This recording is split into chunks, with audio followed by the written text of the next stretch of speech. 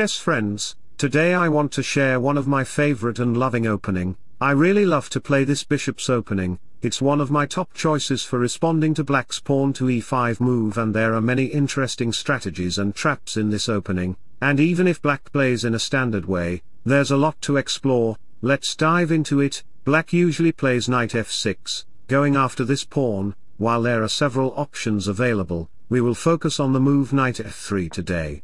What kind of counterattacks black's pawn on e5? There are several options black can play here, but let's focus on one amusing choice, bishop c5, a frequently played move in this position. Interestingly, the standard response proves disastrous for black, leading to significant difficulties that they may not anticipate in the following moves. This move may seem standard, resembling the Italian game where black mimics white's moves, but it's not the same here. By capturing this pawn, white gains an advantage because black can no longer copy white's moves.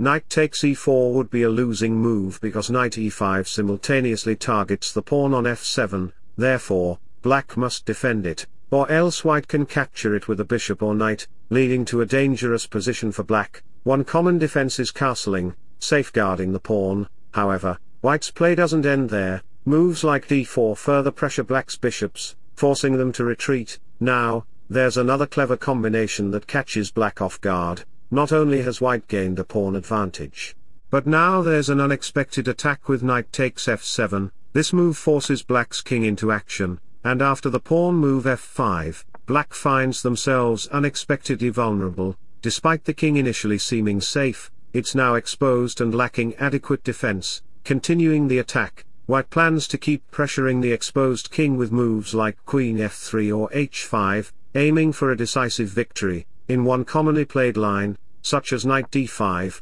white follows up with queen f3, executing a double attack on the king and the knight, reminiscent of strategies seen in the fried liver attack. This attacking pattern remains consistent and effective. If black wants to retain their knight, they must continue advancing and developing their king instead of focusing on the rest of their pieces. However, white maintains the pressure with moves like c4, continuing the attack. Now the knight is once again threatened, and black typically moves it to safety, but then comes pawn d5, creating a near checkmate situation for black's king. For instance, if the king takes e5, then queen f4 results in a neat checkmate, despite black following standard opening moves, thinking they're on the right track. And let me tell you a quote: "To fall in love with yourself is the first secret to happiness."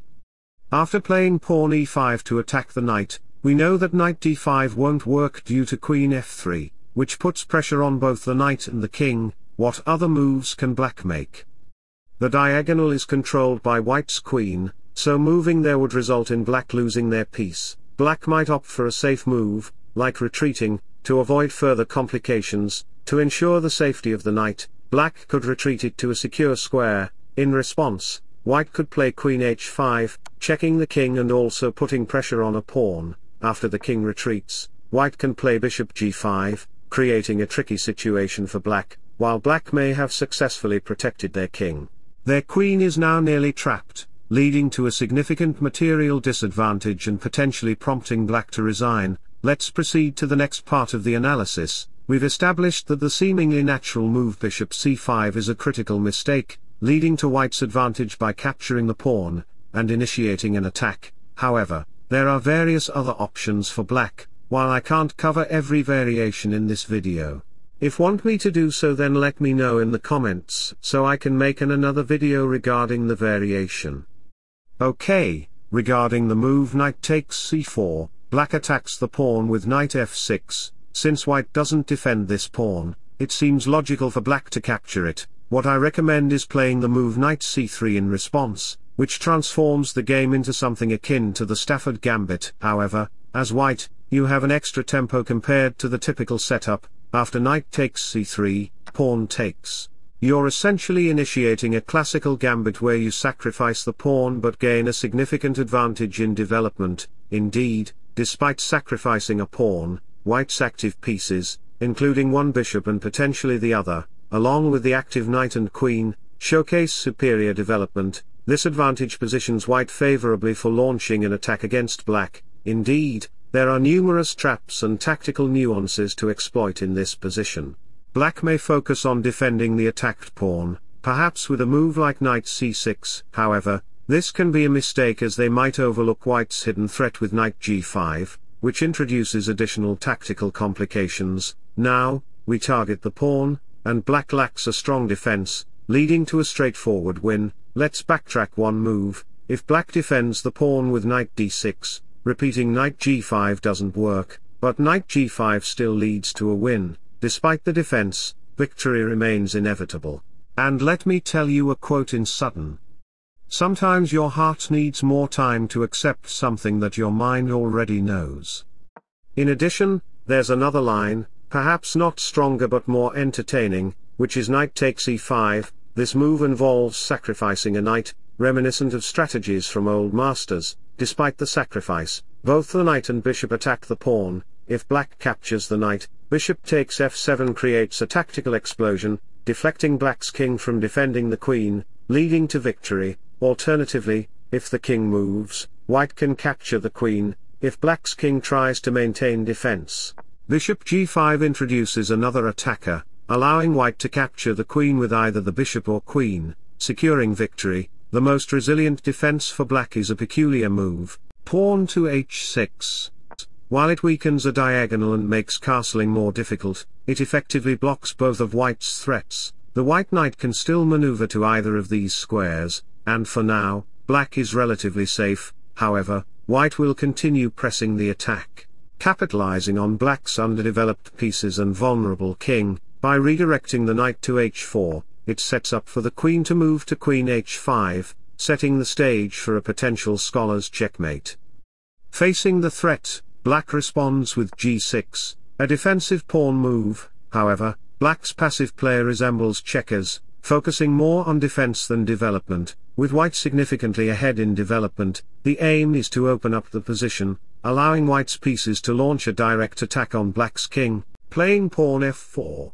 If black takes the pawn, it aligns with white's goal of opening up the position for an attack. What's intriguing is that black can make missteps with seemingly natural moves, highlighting the tactical complexities of the position. For instance, pawn takes f4 is a risky move for black, as white doesn't need to recapture immediately. Instead, white can castle, preparing to launch an attack along the e-file, potentially leaving black's king vulnerable and defenseless. Now, let's rewind and reconsider the position. If black opts not to capture the pawn, there's another threat, pawn f5, which is equally troublesome. The best move for black in this situation is queen e7.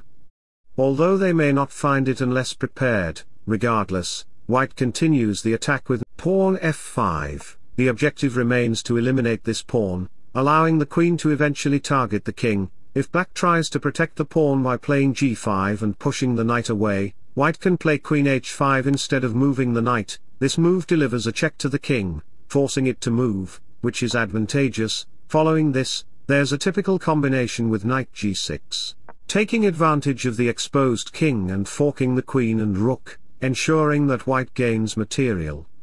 In response to black's move g5, white can win the rook and continue the attack. However, the correct move for black is queen g7. Although it's an unusual move, if an opponent plays such precise moves, they are likely well prepared or potentially using unfair methods. White can then trade pieces, play queen g4 to renew the threat to the pawn, and black may respond with g5. Playing knight f5 is a strategic move, bringing the knight back into play while threatening the queen. If the queen moves, for instance, to a square like there, white can continue the attack. Bishop d3 sets up for a discovered check on the following move, such as knight d6, potentially winning the queen. If the queen moves away, white can play pawn to h4, putting pressure on black's pawn structure. If black captures the pawn on h4, there's a nice combination that leads to an advantage for white, and here I would like to ask you to find the best combinational play for white. Write down below in the comments. And that was our presentation on bishop opening of chess. If you learned something new, then don't forget to like and subscribe to my channel. See you again in the next video. Until I wish you all the best, thanks for watching, bye bye, see ya.